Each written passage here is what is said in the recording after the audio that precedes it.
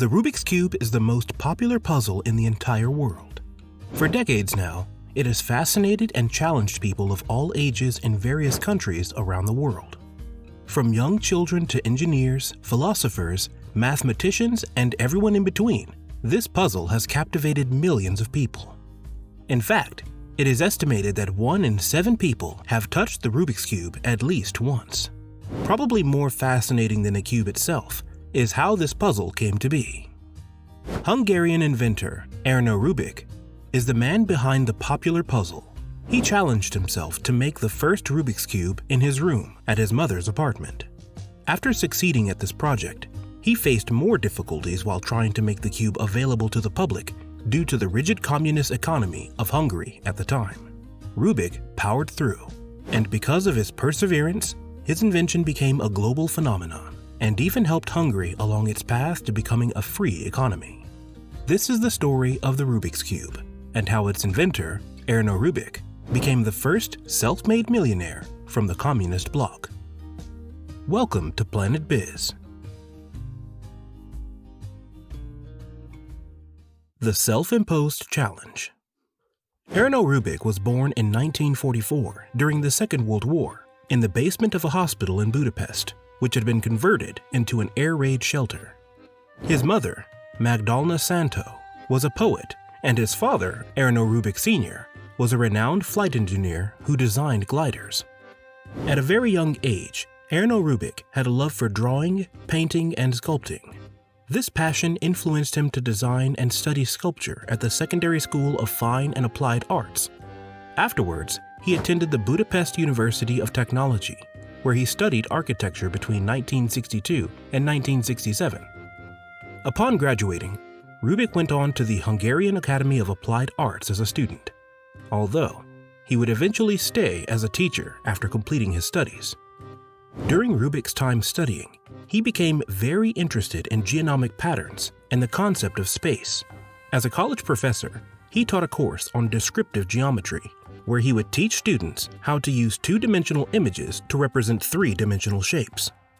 This peculiar class, as well as his fascination with the interactions of objects in space, would give Rubik an idea which would lead him to building the Rubik's Cube. His original plan was to find a good task for his students.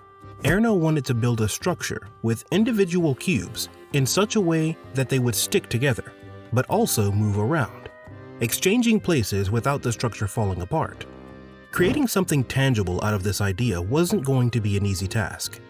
The Hungarian professor decided to use wood to make the cube because it was a simple material to work with. In early attempts, he hand-carved the cubes, drilling holes in the corner of each cube, then used elastic bands to hold the entire contraption together. It didn't work. The pieces fell apart almost instantly. On his second attempt, Rubik was unsuccessful once again. Several attempts after that ended the same way. It started to look as if this structural design problem would never be solved. New cube, new problems.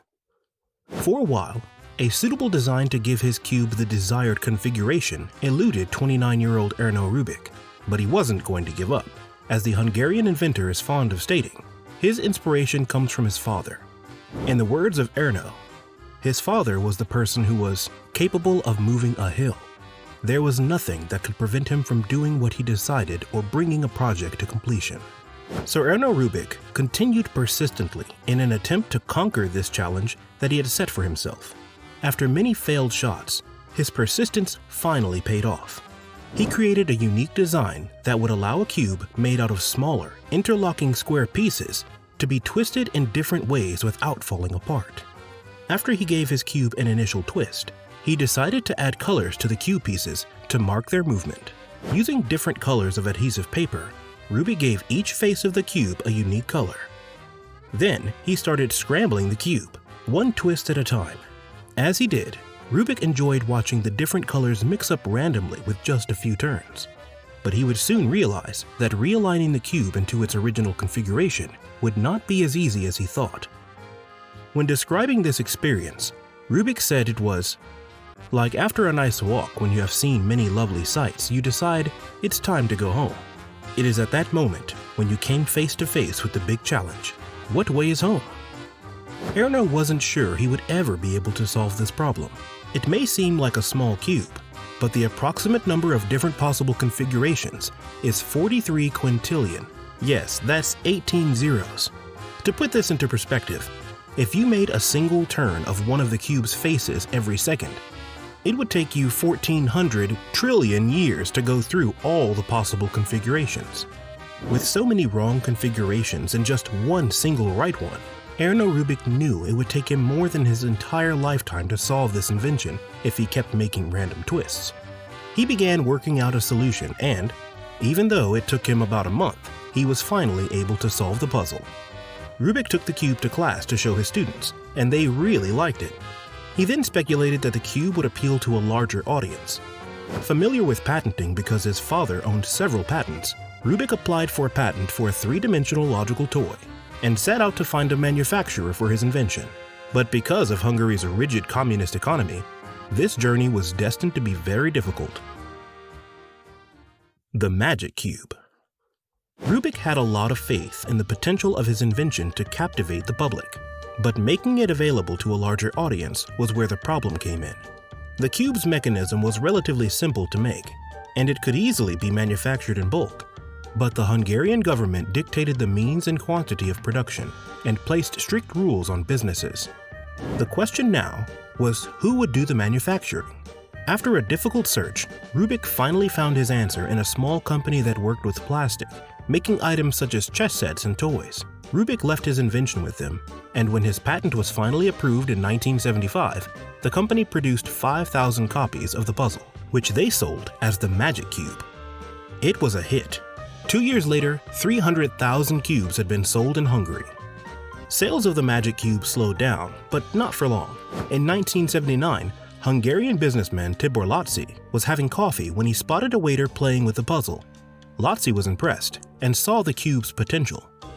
With Rubik's permission, he took the cube to Germany's Nuremberg Toy Fair, but not as an official exhibitor. He simply walked around the fair, playing with the cube in order to attract the attention of a suitable investor. Lotzi's bizarre plan worked. The cube caught the eye of Tom Cream, a British toy expert. They signed a deal with a US company called Ideal Toys, which rebranded the puzzle as the Rubik's Cube before introducing it to an international audience in 1980 through toy fairs in London, Paris, Nuremberg, and New York. This step of leaving Hungary's rigid economy was crucial to the following success of the cube and its inventor. The breakthrough. Initial sales weren't the best, but Ideal Toys began advertising through television and newspaper. Sales went through the roof. By 1981, it had become a cultural phenomenon, and Rubik's Cubes were flying off the shelves. Demand for the cube began to exceed supply. This resulted in knockoff cubes infiltrating the market. At the end of 1981, the Rubik's Cube emerged as the toy of the year. It also won similar awards in other countries, such as the UK and France. In March 1981, the Guinness Book of World Records organized a speed cubing championship in Munich. That same month, the cube made the front cover of Scientific America. Several books on how to solve the Rubik's Cube entered the market and flew off the shelves almost as fast. Some even became the top-selling books in the US. In 1982, the Rubik's Cube was placed on one of the galleries in the Museum of Modern Art in New York City. While the craze died down in some countries towards the mid-80s, it was just picking up in others such as China. Fast forward to the late 90s and early 21st century, the cube was rediscovered. New speed cubing records were set in tournaments and fans shared their strategies and accomplishments via the internet. People set records for solving the cube while skydiving, underwater, or juggling. A new generation of cube enthusiasts has emerged. In 2004, the World Cubing Association was formed. It now holds over 1,000 speed cubing competitions around the world each year. Because of Erno's perseverance and relentlessness, even in the face of seemingly impossible challenges, he not only created a puzzle, but ushered in a cultural revolution. The success of the cube made Erno Rubik the first self-made millionaire under a system of government that was not favorable for such accomplishments. It is estimated that over 350 million Rubik's Cubes had been sold, not counting the knockoffs and cheap imitations, making it the most popular puzzle or toy of all time. Today, the cube is widely considered as one of the world's best-selling toys and is still used as a teaching tool in several classrooms around the world. fascinating and teaching scientists, artists, students, and philosophers alike. For more inspiring business stories, don't forget to subscribe to our channel. This is Planet Biz.